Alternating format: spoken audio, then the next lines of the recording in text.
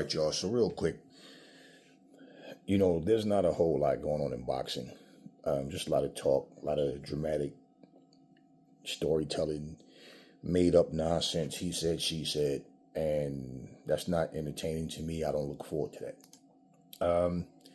The PFL has nothing going on. I don't watch the UFC at all, and pretty much the one form of combat that I find myself watching more, and I've liked this company for a long time, is One Fighting Championships. What I love about One Fighting Championships, there's nobody calling each other niggas, crackers, spicks, no racial slurs being thrown around. Nobody acting a fool just to sell a fight. These are men and women that come to fight, and people want to be the best at what they do. They don't have to oversell a fight. They don't have to, create fake brawls in parking lots, and nobody's jumping out of cars, pretending they're looking for a fight. Nobody's ducking nobody. There's no, I'm going to talk, I'm going to make a bunch of noise, and then when it comes fight time, I'm not going to make weight. I'm going to pull out of the fight. None of that happening. This is just basically people, men and women that go in there to fight.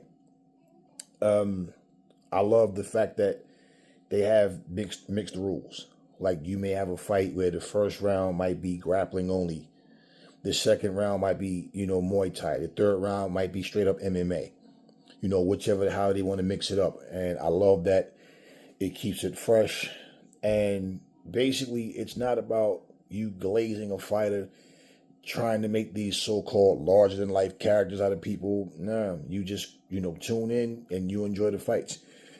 I really like watching One Fighting Championships. That's something that I get into. And a lot of people that's complaining about the state of boxing right now, they complain, but they, just continue to watch all the silliness. I get turned off by it. So this is why I'll make a video. I'll speak about certain things, and I talk about other things, because to be honest with you, it's just a bunch of dramatic, nonsensical, childish behaviors. And this is not what I call combat. I don't really tune in so I can sit and watch a bunch of yap. I'm gonna do this, I'm gonna do that, and 3 years later, y'all still haven't fought yet. So I like watching One Fighting Championships. When I see fights, and like Stamp Fairtex, she just had a fight, I think June 26th.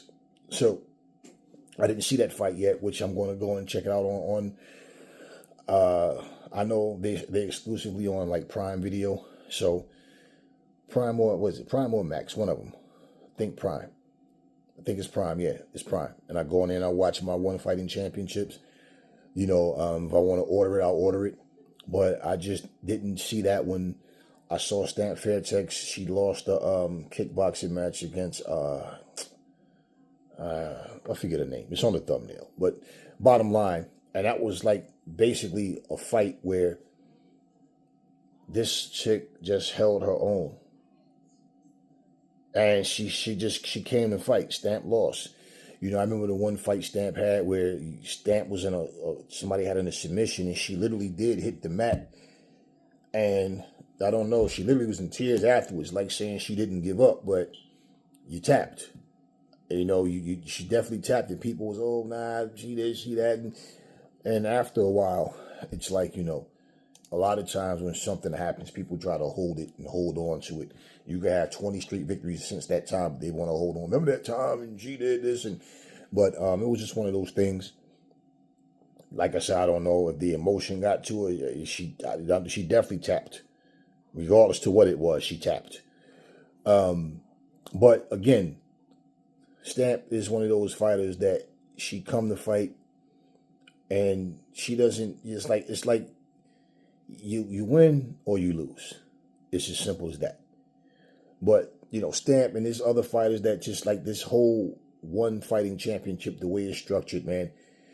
I think put it like this.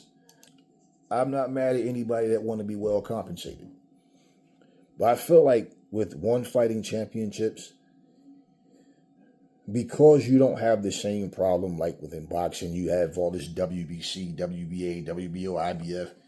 I think because of that is why you get what you get with One Fighting Championships. And also the organization is not going to tolerate racism. It's not going to tolerate, people doing steroids and all that, and being juiced up and making fools out of themselves and disgracing the sport just to sell some tickets. And I feel like because of that, this is why we get what we get. Nobody's flaunting, oh, I'll make X amount of millions of dollars, I'm this, I'm that, and people just come to fight. What they live in, how they live, how much money they got in the bank is not my concern, not my business at all. And nobody's talking about that. When you tune in to watch One Fighting Championships, you're tuning in to watch people fight. As much as I love boxing, I love combat sports in general, but as much as I love to watch boxing, that thrill has been gone for a long time. When it comes to boxing now, it's more like here and there. Certain fights I may have interest in, but overall, nah, just the sport itself, it's just too much. This is why I watch too much of what we grew up loving is gone. It's like, I find myself watching all these old fights. It's like I was, talking to one of my cousins today, and I said, like we talked about Razor Ruddock, for example. I said, you know what? Let's be clear about Razor Ruddock. Two fighters, one Razor Ruddock and one Mildred Taylor. With Razor Ruddock, when I talked about him, like I said, Razor Ruddock, he peaked, and then he just he did a Jermaine Taylor. You understand what I mean? He did a Chad Dawson. He got to a certain point, and then it was like he just stayed there, and then he started dropping down. And by the time he fought Mike Tyson, if you ever saw the Razor Ruddock versus Mike Weaver fight, if you didn't, go watch Razor Ruddock versus Mike Weaver. That's how Razor Ruddock should have fought Mike Tyson, not the way he fought him. The way he fought him was, you're this tall, Mike's this tall, and you're fighting in the phone booth. That's the way he should have fought him, but he didn't fight Mike that way. And, I think that after that Mike Tyson fight, especially, definitely, he got, that was it for him. This dude beat Greg Page. He stopped Greg Page. He decisioned Mike Weaver. He stopped Bone Crusher. He knocked out Dokes. So Razor got some solid wins on his resume, But going forward, like I said before, he got to the point where his punch resistance was gone. He couldn't take a punch anymore.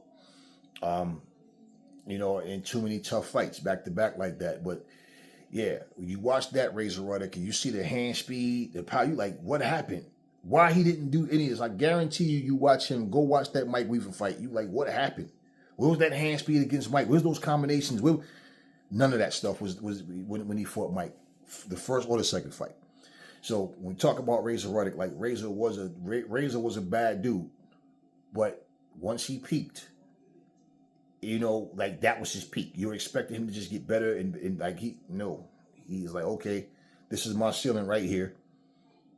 All right, I can go down now, and that's what he started doing. Mildred Taylor, he still won a title after he lost to Chavez. Chavez didn't want to give him the rematch. It took him a long time to get it. The thing with Mildred Taylor, we say this, let me correct this. It wasn't that he wasn't the same after that Chavez fight. Like after that, he was done. No, it was the Chavez fight, I feel like took a toll on his body, yes, and his brain.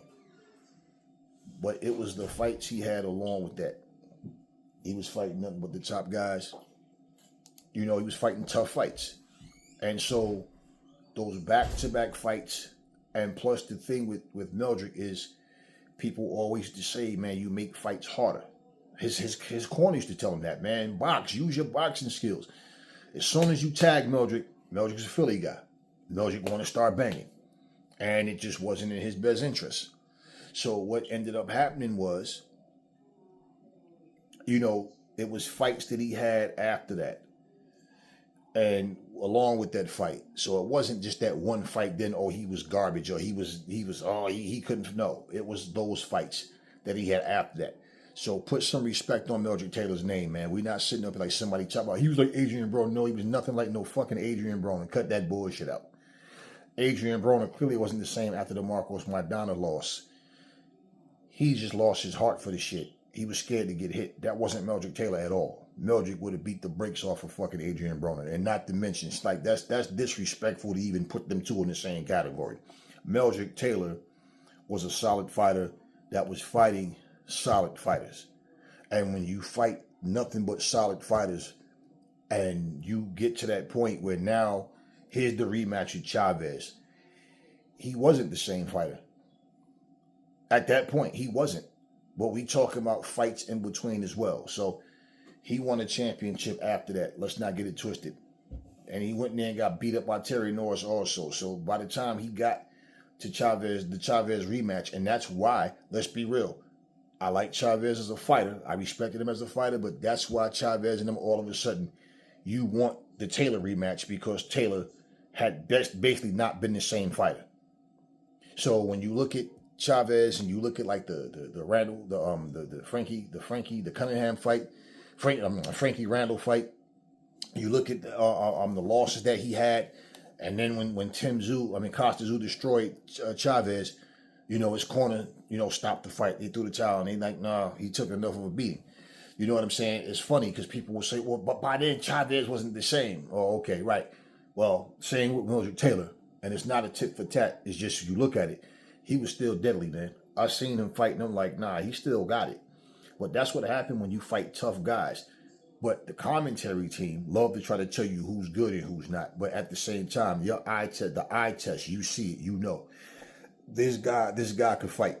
And that's part of what I'm saying and what we miss about boxing, where fighters wanted to fight, the best fighters wanted to fight each other back in the day.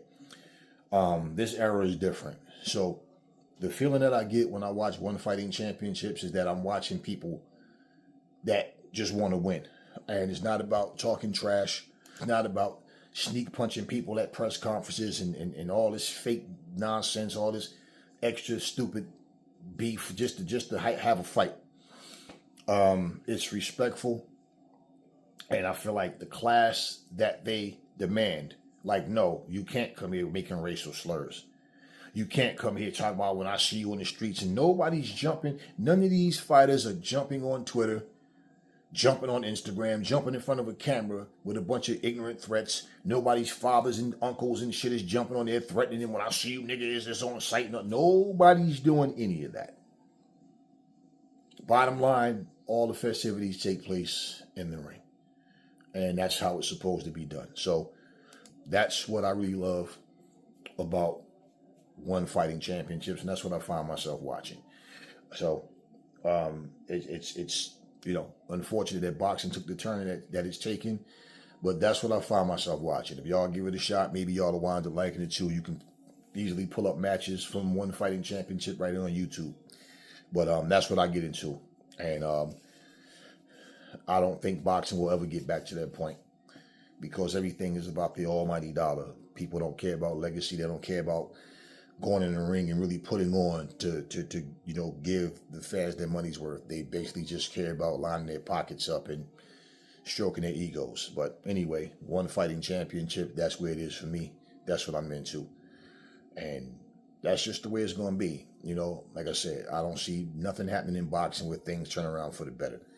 People hate real people but love fake people. And these fake-ass fighters, being embraced is not helping anything. So when I'm watching One Fighting Championships, all I'm focused on is who's fighting who. I'm not concerned about who's the greatest of all time, who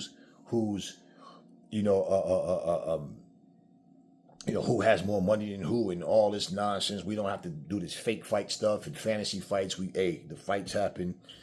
I watch One Fighting Championship. I feel satisfied. Like, hey, man, that was a great show. And that's how I feel when I watch it. So that's what it comes down to. But case in point, One Fighting Championship bring that excitement. And that's what it is. That's all I got for you guys now. Catch you guys on the next video.